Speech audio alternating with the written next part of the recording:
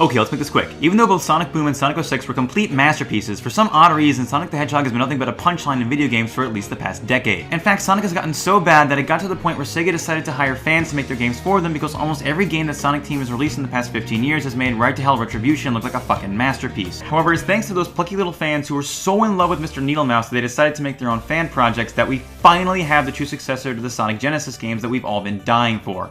And no, I'm not counting this. Right off the bat, the game knows how to hit you in the feels. Oh, okay.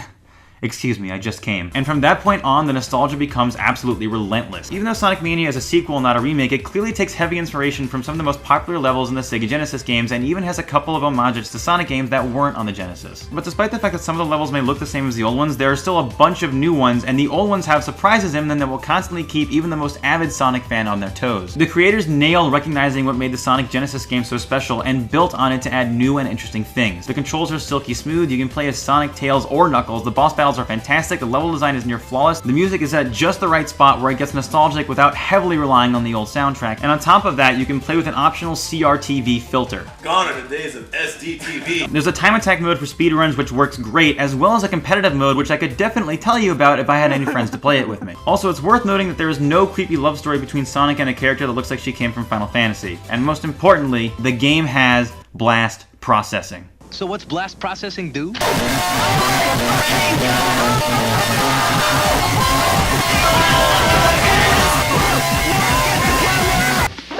Even though I've been singing this game's praises, there are a couple of things that I wish they would have done away with from the Genesis games. When you suddenly change directions when moving fast, you can be unsure of which direction to hold the D-pad, which greatly slows down your momentum. Getting insta-killed by platforms that move up and down is annoying, the controls in the sphere zone are pretty stiff, and having to restart the entire level after dying in a boss battle is infuriating. But finally, the most damning thing of all, where the fuck is Big the Cat? He is easily the most important and historic character in the Sonic series. This upset our editor Laura so much that she locked herself in a room for 3 days and cried herself to sleep every night. You made a girl cry, Sega. His fishing levels were easily the best part of any video game ever made, and having a Sonic game without Big is like having an Uncharted game without Nathan Drake.